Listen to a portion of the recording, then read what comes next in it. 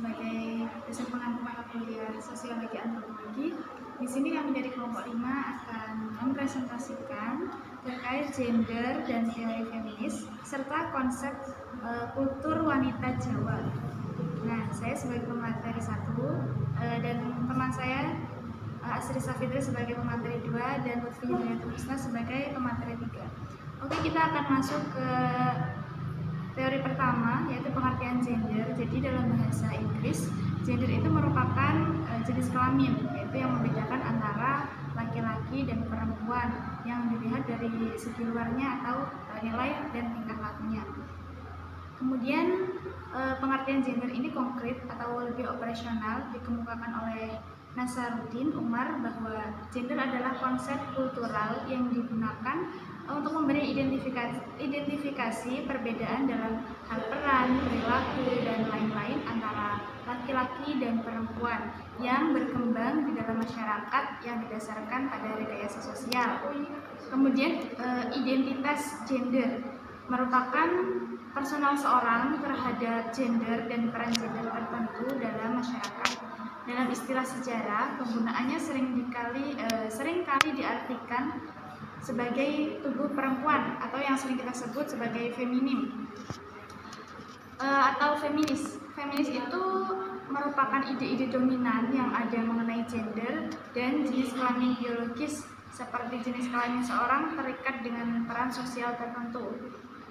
Kemudian identitas sosial itu sendiri merupakan identifikasi umum terhadap sebuah kumpulan orang atau sebuah kategori sosial yang menyusun sebuah kebudayaan. Selain itu, menurut teori identitas sosial, sebuah komponen penting dari konsep berasal dari keanggotaan dalam kelompok dan kategori sosial. Kemudian yang kedua ada materi teori feminisme yang akan dijelaskan oleh pemateri 2. Baik, saya akan melanjutkan penjelasan yang sudah dijelaskan oleh Mbak Halim. Di sini saya menjelaskan tentang teori feminisme. Untuk teori feminisme itu sendiri merupakan teori yang muncul dari gerakan feminis bertujuan untuk memahami sifat atau ketidaksetaraan gender yang memeriksa peran sosial serta pengalaman hidup. Nah, untuk teori feminisme ini sendiri memiliki beberapa prinsip, diantaranya yaitu memperjuangkan kesetaraan, di mana artinya tidak boleh berkutat dengan ide-ide yang terkait dengan kesetaraan yang itu-itu saja. Selanjutnya ada prinsip memperluas pilihan individual. Untuk teori feminisme ini menolak pandangan gender yang membatasi kapasitas perempuan dan laki-laki untuk melakukan pekerjaan tertentu. Dan prinsip yang ketiga menghapus stratifikasi gender yang artinya menolak keberadaan undang-undang serta norma budaya yang membatasi kesempatan perempuan dan laki-laki untuk mengenyam bangku pendidikan. Selain itu, ada juga cabang pemikiran pada teori feminisme yang mana cabang pemikiran tersebut dan antara lain feminisme liberal yang artinya mengangkat dari kepercayaan bahwa setiap individu baik laki-laki ataupun perempuan memiliki kebebasan untuk mengembangkan kemampuan diri dan mengejar impian. Ada juga pemikiran feminisme sosialis yang mana merupakan kepercayaan bahwa kesenjangan antara laki-laki dan perempuan merupakan konsekuensi dari posisi ekonomi baik laki-laki atau perempuan. Selanjutnya ada feminisme radikal yang merupakan pola pikir yang menolak solusi yang ditawarkan oleh feminisme liberal dan feminisme sosialis dengan alasan bahwa kedua solusi dari feminisme yang sudah saya sebutkan tadi merupakan perjuangan untuk kesetaraan hak dan revolusi serta tidak dapat memusnahkan patriarki yang telah mengakar di masyarakat.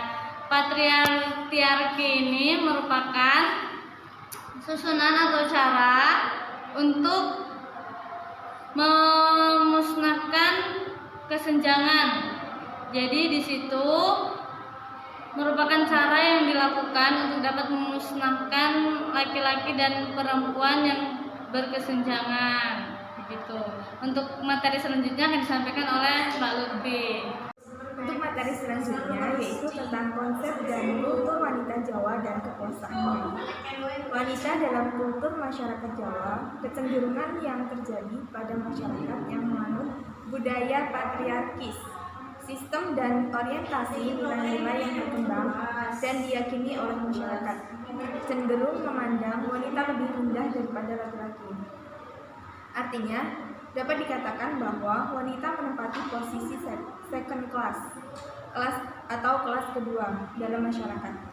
Refleksi perempuan sebagai makhluk kelas kedua atau lebih rendah daripada laki-laki terlihat jelas dengan adanya ungkapan-ungkapan yang menggambarkan bahwa harkat dan martabat kaum perempuan itu memang di bawah laki-laki. Ditinjau dari sisi istilah dalam bahasa Jawa, kata wanita itu berasal dari kata basa atau ungkapan bahasa, artinya wani ditata atau berani diatur. Pada dimensi lain yang masih terkait dengan penghargaan atas perempuan yang lebih rendah jika dibandingkan dengan laki-laki tersebut. Akhirnya, perempuan yang ideal dalam orientasi budaya Jawa banyak digambarkan sebagai sosok yang halus, penyabar, penyayang, dan pasrah, penurut, atau taat dan setia pada laki-laki. Banyak hal yang perlu diluruskan dalam persepsi masyarakat tentang perempuan, terutama anggapan sadar dan sadar bahwa kaum laki-laki lebih utama daripada kaum perempuan. Semenjak dahulu kala, orang yang banyak berbicara tentang ketimpangan sosial berdasarkan jenis kelamin, tetapi hasilnya belum banyak mengalami kemajuan.